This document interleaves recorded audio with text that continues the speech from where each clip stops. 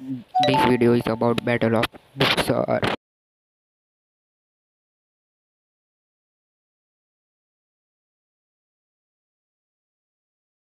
तो हेलो दोस्तों, आपका स्वागत है हमारे यूट्यूब चैनल पर जिसका नाम है गैलेक्सी ऑफ एजुकेशन।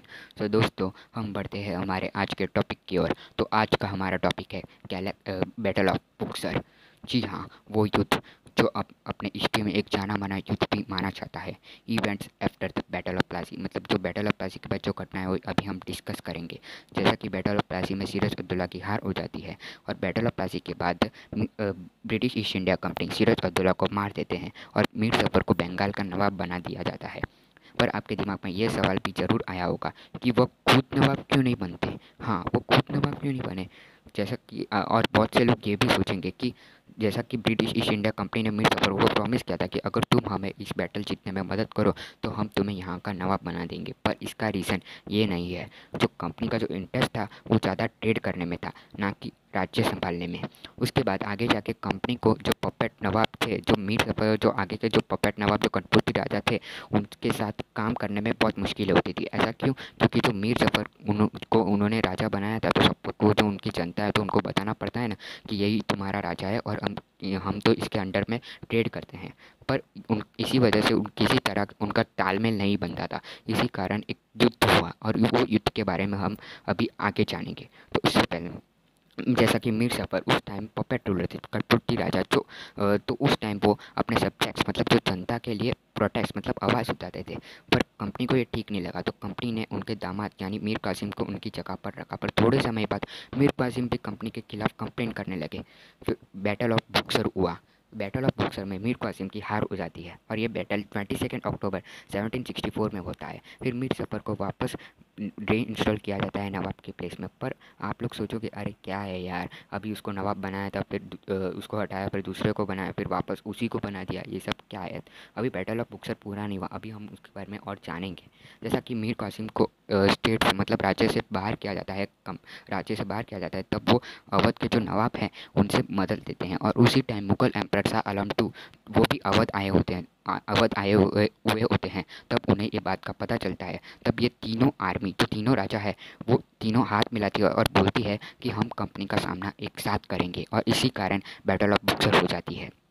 पर अफसोस की बात है कि ये तीनों राजाओं, वो ब्रिटिश ईस्ट इंडिया कंपनी का कुछ नहीं बिगाड़ पाते और इन तीनों राजाओं की हार हो जाती है इस बैटल में।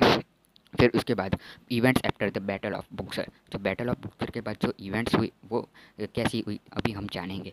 जैसा कि मीर कासिम की तो हार हो जाती है। फिर मीर जफ़र ने बोला कि मैं आपको 500,000, मतलब कि 5 लाख रुपये से हर मंथ आपको पे करूँगा, प्लीज़ अब मुझे आप यहाँ का राजा बना दीजिए। पर कंपनी तो लालची थी, उन्हें तो इतना भी बहुत नहीं था, वो तो इससे भी ज़्यादा चाहती थी। पर आगे जाके मीर जफ़र की डेथ हो जाती है 1765 में, तो कंपनी का जो मूड है वो चेंज हो जाता है। वो सोचते हैं अरे क्या यार, अभी इसको नवाब बनाते हैं तो फिर वो हमारे खिलाफ आवाज़ उठाता है, फिर दूसरे को बनाते हैं वो भी ऐसा ही करता है, फिर आगे जाके उसकी डेथ हो जाती है। तो जो रॉबर्ट क्लाइव थे उन्होंने बोला कि नहीं, अभी और पपेट नवाब नहीं, अभी हम खुद नवाब बनेंगे। जैसा कि मैंने आपको बताया था कि उस लड़ाई में मुगल एम्परर भी थे, तो मुगल एम्परर कंपनी को अपॉइंट करते हैं और उन्हें बंगाल का दीवानी राइट्स देते हैं। मतलब कि जो टैक्स तो वो कलेक्ट करते ही थे, पर उसके साथ जो राज्य संभालने का जो काम था, राज्य का भी जो काम था, वो भी उनके अंडर आ जाता है। फिर उसके बाद जब उनको दीवानी राइट्स मिल जाता है तो कंपनी जो है, जो बंगाल का रिसोर्सेज है, वो एक कागज़ की तरह उड़ाने लगती है। पर कैसे, वो अभी हम आगे जानेंगे। और इसी की वजह से अपने इंडिया में रिसोर्सेज का बहुत घाटा हो जाता है। सो अभी हम जानेंगे जो ट्रेड होता था बैटल ऑफ प्लासी के पहले, और जो दीवानी राइट्स थे वो जो कंपनी को नहीं मिले थे, तब अपनी इंडिया कैसे चलती थी। जैसा कि वो हमारे यहाँ पे ट्रेड करने आए थे, मतलब उन्हें यहाँ के मसाले चाहिए थे और वो हमें गोल्ड और सिल्वर दे के जाते थे।